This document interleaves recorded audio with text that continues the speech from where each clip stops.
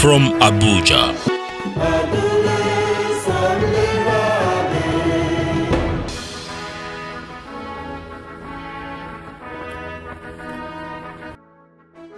Hello, thank you for being a part of our show. We appreciate you. I'm Magnus Kpakol, and this is Magnus Kpakol GVA, Global Views Africa. As always, it's all about how we can raise the level of living. That's what it's all about.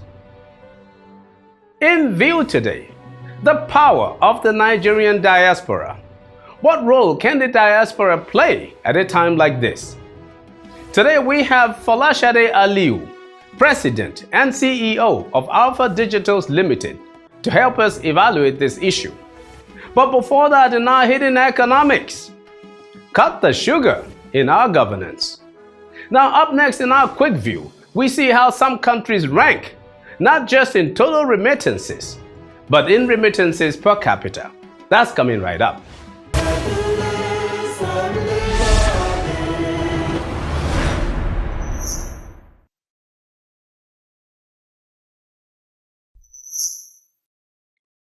Remittances remain a key source of external resource flows for developing countries, far exceeding official development assistance and more stable than private debt and portfolio equity flows.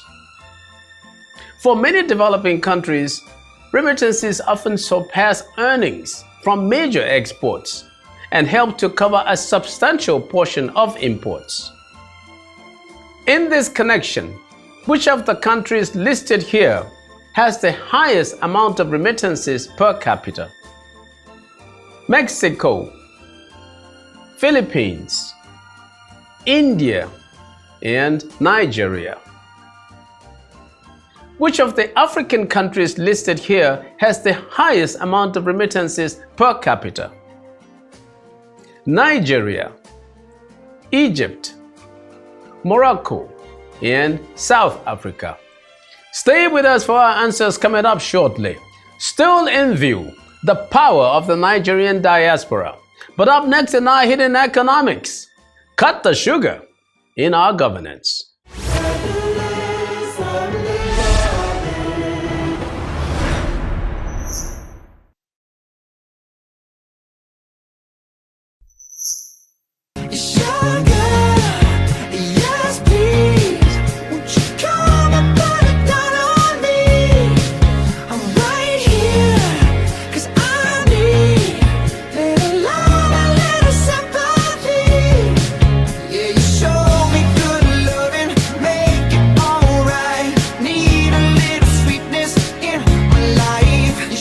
Sugar. People love it and they just want it, whether it be physical sugar or the sugar that a lover brings. They just love sugar.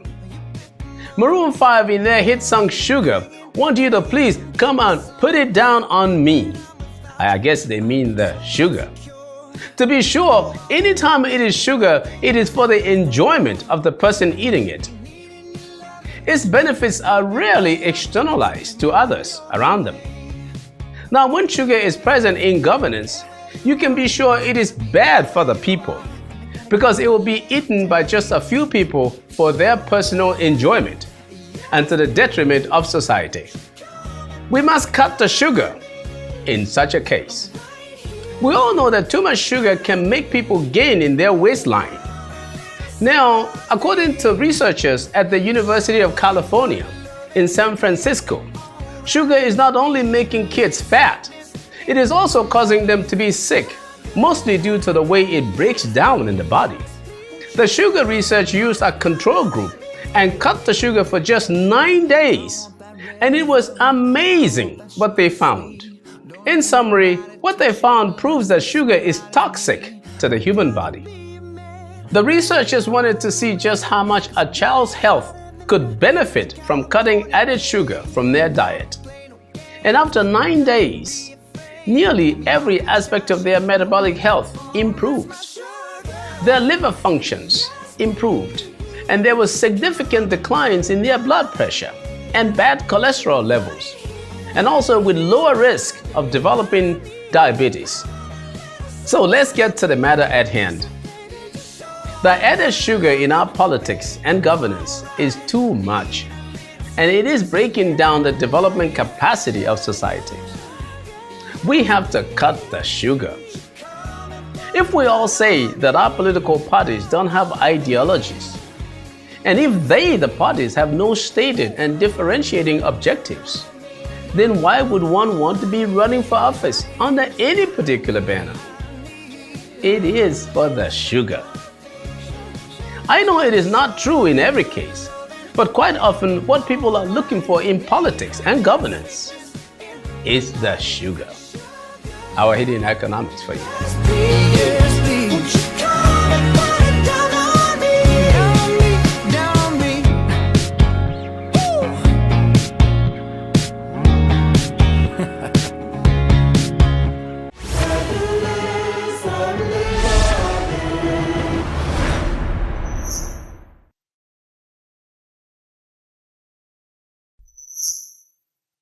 Before we start our discussion, here are our quick view answers.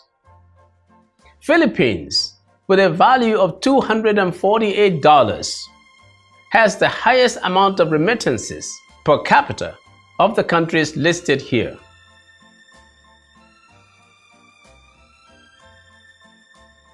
Egypt is the African country listed here with the highest amount of remittances per capita at $221. For comments, adverts, and sponsorship, please see our information displayed on the screen. The Nigerian diaspora is sending home over $21 billion a year. This is huge, as it represents about 70% of the federal government's budget. The Nigerian diaspora can help even a lot more if it is properly engaged. To help us discuss this, we have Folashade Aliu, President and CEO of Alpha Digitals Limited. Mr. Aliu has businesses in both the United States and Nigeria. Please join me in our discussion with Folashade Aliu.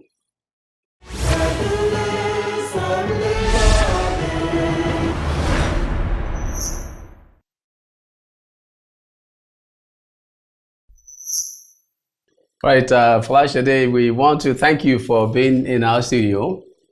But before we get into the matter at hand, I want to ask you, just come all the way from the United States. Yes. What has brought you this time? Well, what I can tell you, well, first I will say thank you for having me. Sure. It's a pleasure being here.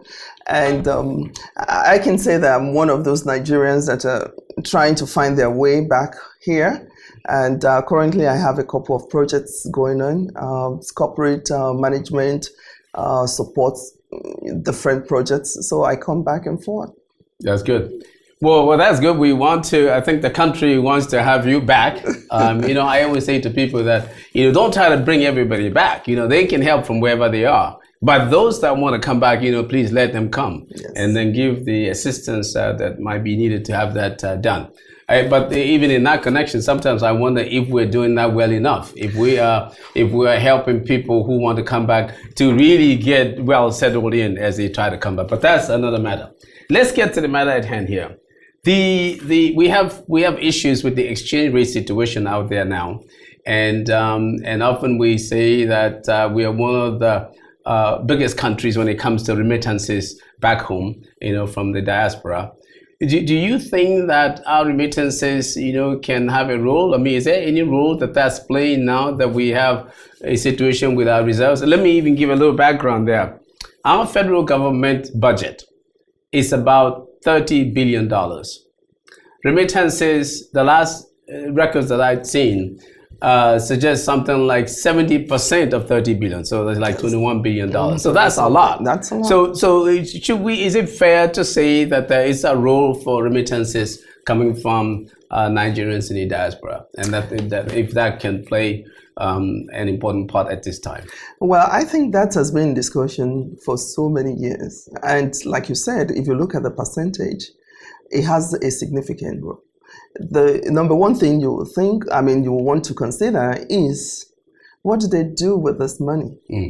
So that means building homes, helping family members for medical, for education, starting new businesses. All of those comes into our economy, into the market. And it stays here. Yes. And if someone tells me that that's not important enough, look at the situation of the dollars now. Every day you find that the availability of dollar in the market is reduced, and what happens?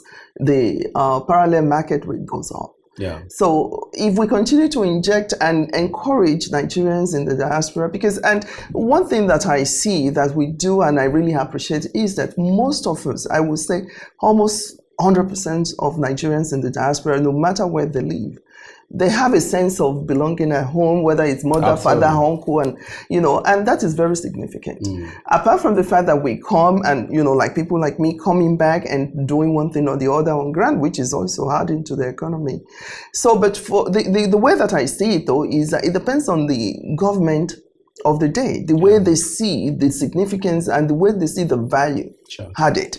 So I think it's a lot to be, considered, especially in this administration. And one of the reasons that I am very hopeful today is that the senior special assistant to the president is somebody that we're familiar with. She understands our strength on diaspora, Honorable Abike Dabiri. Yes. And she understands our strength. She understands our, weaknesses and where we could fit in better. Yeah. So there's a lot to. So writing on that, in that regard, talking about BK now, what is the state of the diaspora today? I mean, the way you look at the world, the way our people are out there, are they doing well? Well, if you say individually, yes, a lot of us were doing exceptionally well in our fields and in our professions, our industry and all of that. But collectively, that's what we really need to, I would say, re-strategize. Yeah. Just like that NIDO starting from 2000, running into 2001 when it was established, I was in the interim board. That is Nigerians in Diaspora Organization. Okay, if you ask me what's the journey so far, we can do a lot better. We can really do a lot better because we were able to set the foundation to say that what would be the focus. President Obasanjo came and said, look, when they want professionals to come and do certain things, expatriates, they cannot find Nigerians. That was the excuse then. And, in his right thinking, he thought, well, this could be a value added for my country and for the image of Nigerians, abroad. Yeah. So that was the whole concept. And, we started very well, I will tell you. But somewhere along the line, missions are misconstrued and, some people don't even understand the vision. So I think now with Honorable Abike Dabiri, we have another opportunity to regroup this thing and make it better.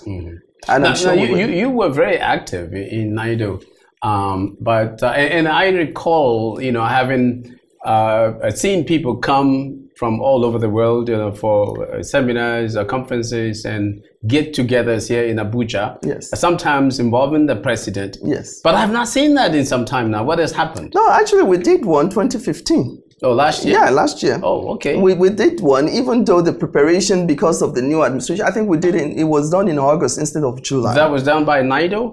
No, it was done by the ministry that was supposed to supervise the foreign, I would say the diaspora, not the foreigner, but it was done in conjunction with I'm trying to remember from the Secretary of State, it's not Secretary of State. Government? Secretary to the government, is Okay. the PAMSEC Political Affairs. Okay. That's the office that is responsible for the diaspora. But what I was wondering, who did they engage? Who? Well, it was actually very, very successful. I think the Vice President was there. Okay. I think the President couldn't make it because it was very close to the time that they came to the office. Yeah. We had people from all over the world. We celebrated some that Nigerians. Was done during the time of it was this done August okay. last year. Okay, I see. I was around and I was partly part of the planning committee. What were the issues? Well, the concept that we were trying to put along is that we have been doing this for so long. We need to begin to take note of our achievements. Yes. What and the contributions to governance. Yes. To good governance, of course. And last year we tried to focus basically on the education and health. Of course, we have other areas But we said, well, let us start to celebrate ourselves, because if nobody is going to tell our story, we have to continue. When you talk about image building, you have to tell your story. Absolutely. And we realized that there's so many Nigerians that have done so well. There's a gentleman that solved his mathematical problem. You know, we have even people that were in the boxing, international boxing was arena. That to and celebrate these people, or was it to see how they can contribute? It's to see how they can contribute, but you've got to create a platform for them to come and contribute. Sure. Okay. Because of course they are contributing in their host country, in their own little communities here and there. Yes. But in order for you to bring them, they have to be able to see that the platform is right for them. Absolutely. You know, so that's what we are doing. I mean, we have medical doctors, we have scientists, we have all kinds of people from different industries. Yeah. And I think the message is to say, yes, we need to do better. Yeah. I want to quickly go to the database, you know, which is the diaspora database. A lot of people talk about it. But like we said, we start a process and we don't allow the process to work. And I think that's the problem that we have. And I'm sure that, you know, something different will be done this time around. There are the people that we're engaging now, we're talking to now, they're mostly Nigerian-born diaspora. Yes. Now, what happens when their kids, the so-called host country-born diaspora, are prominent? Would there be a decay of the relationship? I mean, will we be able to still engage them as well as we're engaging the Nigerian-born diaspora now? Well, one thing that I can tell you, that is a very pertinent area to think about. Yeah. Even let's look at it from our own families, you know, our own children. How many times do they come to Nigeria? Yeah. But beyond that, how do we connect them to Nigeria? Yes. And you can see now that our children are doing very well, even in the host countries. Absolutely. Yeah. But I think it's part of our responsibility. I can tell you a few things that some communities have done. For instance, in Atlanta, we have the Igbo communities, the Yoruba communities, you know, they have this summer school programs, you know, they have programs across the year. Even the Nigerian Women Association of Georgia, I know we do programs, we do schools outreach. Yes. And I participated in that a lot, where we go to secondary schools, elementary schools, and talking, especially in February during the Black History Month, talking about Nigeria, and a lot we have discovered a lot doing that. Because you find that there are some children that were Nigerian born, and they will say, you know, I can't find my father and all of that. Then we find a way to reconnect them. So if you come to that aspect, I think now what we are trying to encourage is that we should find a way to work with the NYSC. I know with the Nigerian Women Leadership Council International, that was one of our... You used to be president of that? Yes, I was the president of that organization. And one of the things... Yes, and what did that One of the things that we try to do is that let us even begin at some point. Our children that are already graduated, that are willing to know what Nigeria is all about, let's organize and bring them through the NYSC process. Of course, we'll do certain orientations and all of that. So wait a minute, because they're a little bit naive. They would do NYSC in Nigeria and then go back. And go back. Okay. And go back. And then what we were arranging is, of course, they have to post them into areas where they have family members. You know, because these children, most of them, they are not even familiar with this environment at all. But somehow along the line, I don't know how it fell through the crack that we couldn't, you know, do that, because some of us were ready to. But at that, can you really have the kids do that at that age? Yes, they were willing. They're done with university and they're kind of like adults on their own. I am telling you, they are willing. Some of the kids that we spoke to, because like for instance, I will say Atlanta again, we have what they call the Nigerian Youth Alliance. And a lot of them are grown now, are even married with children and all of that. They were willing. That's good. That's something we kind of got to it a little bit there, but I want to come back to it. And it pertains to strengthening our people in the diaspora, whether it be in Europe or the Americas or United States or wherever, to be able to be big and good business people, so that they can not only just influence their host community, but that they can repatriate more money back home, and that they can serve, they can develop sources or linkages with components back home in Nigeria. So you're growing jobs in Nigeria, to support business ventures and activities outside. I want you to react to that, whether that's something, whether you see it the same way. Well, I see it the same way that you do, and I only can wish that as we, our government officials, for instance, they come and do roadshows and seminars, workshops about Nigeria, but sometimes you cannot really get the message. This is one of the things that they could be doing. Yeah. When they're talking about diversification of the economy, of reliant on oil and this and that, that is a very good point. Sure. Because if you have a business in the US and, for instance, you want to have a branch in Nigeria, you can be using, which the Indians are doing. Basically, that's what they do.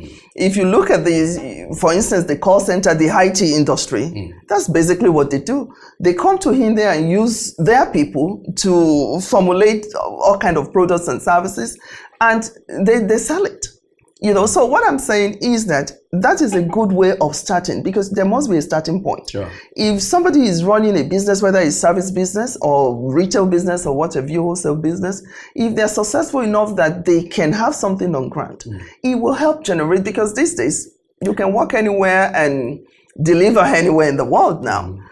So I'm hoping that, like I said in the first place, I'm hoping that we can use this new administration, this new opportunity, understanding the familiar face of, the senior special assistant, to actually do some tangible things. Yes. And as a matter of fact, I will say that when we did the Diaspora Day in 2015, that was part of the focus. That what's the linkage? Sure. How do we enhance the linkage between the host countries and Nigeria? Yes. And of course, we can do better.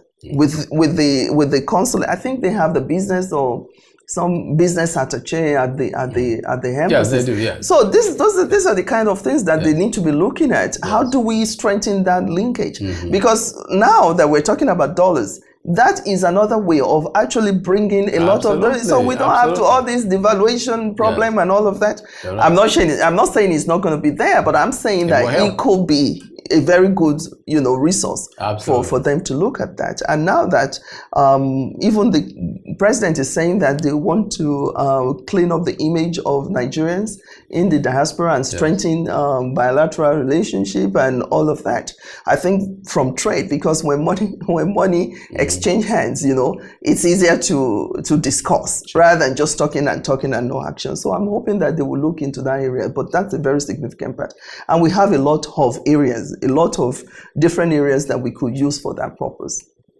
So only for us to have a rallying point and a starting point. Thank you very much. You're very welcome. I want to thank you so very much. It's nice to be here. Thank you. Thank you.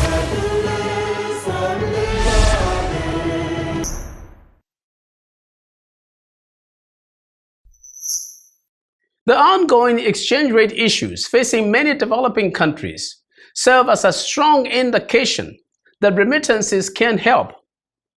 For Nigeria, remittances are estimated to have exceeded over $20 billion each year since 2013.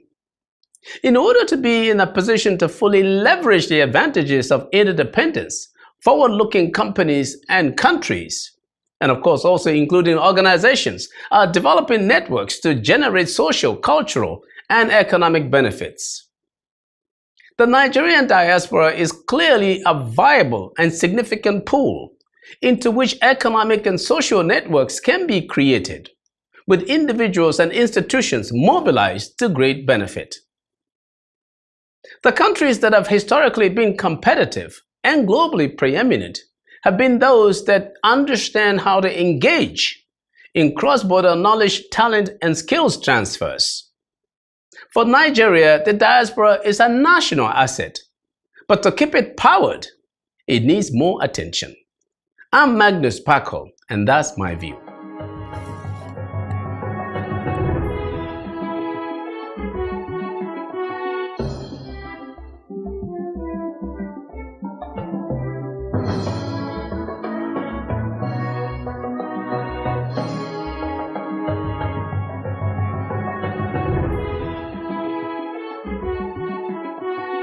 Magnus,